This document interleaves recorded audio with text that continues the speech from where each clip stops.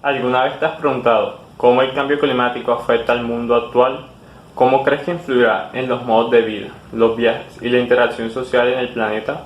Hoy te entregaré información que te permitirá plantear una postura ecológica y responsable desde un análisis de las relaciones internacionales, conocer qué es el cambio climático y determinar qué denota este concepto es importante para reconocer la importancia de implementar estrategias de reducción de CO2.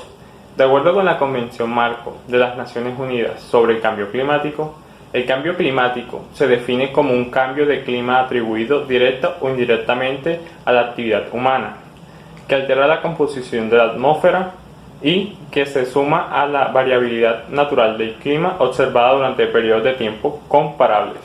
Este fenómeno genera afecciones de diversas aristas, pero ¿qué causa el cambio climático? En la quema de combustibles fósiles podemos encontrar respuesta a este interrogante.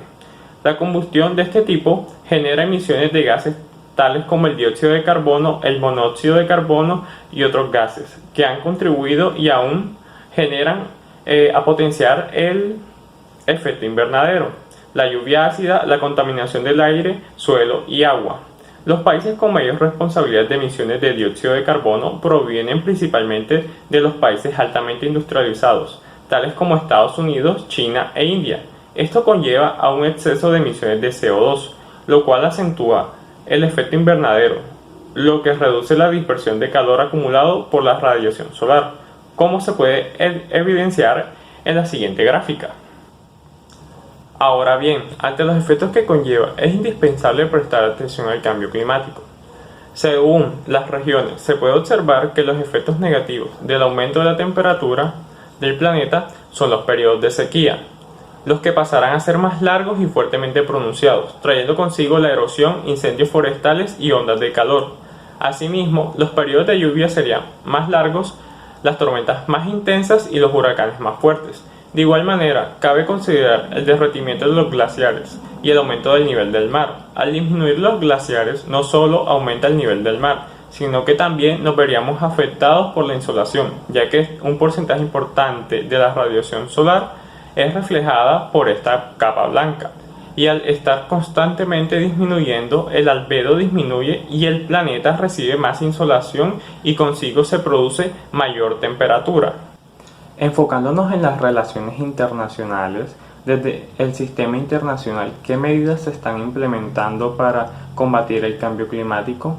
Con esta intención se creó el Tratado Internacional sobre el Cambio Climático, que es jurídicamente vinculante y fue adoptado por 196 partes en el Congreso de las Naciones Unidas para el Cambio Climático, en París el 12 de diciembre del 2015 y entró en vigor el 4 de noviembre de 2016. El Acuerdo de París tiene como objetivo evitar que el incremento de la temperatura media global del planeta supere los 2 grados centígrados respecto a los niveles preindustriales y busca además promover esfuerzos adicionales que hagan posible que el calentamiento global no supere los 1,5 grados centígrados y alcanzar la neutralidad climática para el 2050. Además, propone un plan de acción para todos los gobiernos en 3 puntos principales. Primero, mitigar o reducción de emisiones de dióxido de carbono, donde los gobiernos realizaron planes de acción nacional de acuerdo con la situación de cada país y sus capacidades económicas para combatir con el objetivo principal. 2. La transparencia y balance global. Aquí se busca que los países informen sobre sus avances y se reúnan cada 5 años para fijar objetivos más ambiciosos. 3. La adaptación de los gobiernos a punto en el que se pretende reforzar la capacidad de las sociedades para afrontar las consecuencias del cambio climático. Ahora, ¿qué pactó Colombia en el Acuerdo de París? En el Acuerdo de París, nuestro país se comprometió a reducir el 20% de sus emisiones de gases de efecto invernadero para el 2030, teniendo como punto de partida el inventario de emisiones nacionales del 2010. Por otra parte, la reducción de sus emisiones de gases de efecto invernadero a un 30% si se recibe apoyo internacional. Pero en términos generales, ¿el acuerdo se está cumpliendo? Entre los países que han superado las emisiones se encuentra China, con un nivel de emisión del 28%, y esto equivale a unos 9.528 millones de toneladas anuales de dióxido de carbono. El primero que más gases de efecto invernadero expulsa a la atmósfera. Le sigue Estados Unidos con un porcentaje de emisión del 15,2%, y esto equivale a unos 5.145 millones de toneladas de dióxido de carbono. Y luego le sigue India con un porcentaje del 7,3% de emisiones, a lo cual equivale a unos 2.479 millones de toneladas anuales de dióxido de carbono. En total, la ONU solo recibió 110 contribuciones determinadas nuevas actualizadas, 35 más respecto a hace unos meses. Esto se traduce en que quedan 81 partes por definir sus planes nacionales para abordar el cambio climático.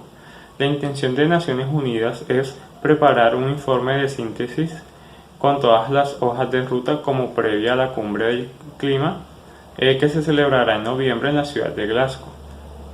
En la primera versión de este documento concluyen que los actuales parámetros solo se logrará una reducción del 0,5% de las emisiones para el 2030, en comparación con los niveles del 2010, según el IPCC, el mayor panel de especialistas en la materia. Por su parte, el histórico informe United in Science en el 2021 afirma que no hay señales de que volvamos a ser más verdes, ya que tras un bache temporal en 2020 debido al COVID-19, las emisiones de dióxido de carbono se están acelerando rápidamente, alejándose así de los objetivos fijados por el Acuerdo de París. El secretario general de la ONU subrayó que hemos llegado a un punto de inflexión sobre la necesidad de la acción climática. La alteración de nuestro clima y nuestro planeta ya es peor de lo que pensábamos y está avanzando más rápido de lo previsto. En este informe se hace eco de algunos de los datos y advertencias de los expertos en el último año. La temperatura media mundial de los últimos 5 años ha sido una de las más altas de las que se tiene constancia, y cada vez es más probable que en los próximos 5 años la temperatura supere temporalmente el umbral de una subida por encima del 1,5 grados de la era preindustrial. El panorama que pinta United in Science es desolador, incluso si se toman medidas ambiciosas para frenar las emisiones de gases de efecto invernadero. El nivel del mar seguirá subiendo y amenazará a las islas bajas y a las poblaciones costeras de todo el mundo. Toda esta cuestión será el asunto central de la Conferencia de las Naciones Unidas sobre el Cambio Climático de 2021, también conocido como el COP26, que se celebrará en la ciudad de Glasgow, en Escocia, entre el 31 de octubre y el 12 de noviembre de 2021. Se espera que esta reunión fundamental marque el rumbo de la acción climática para la próxima década.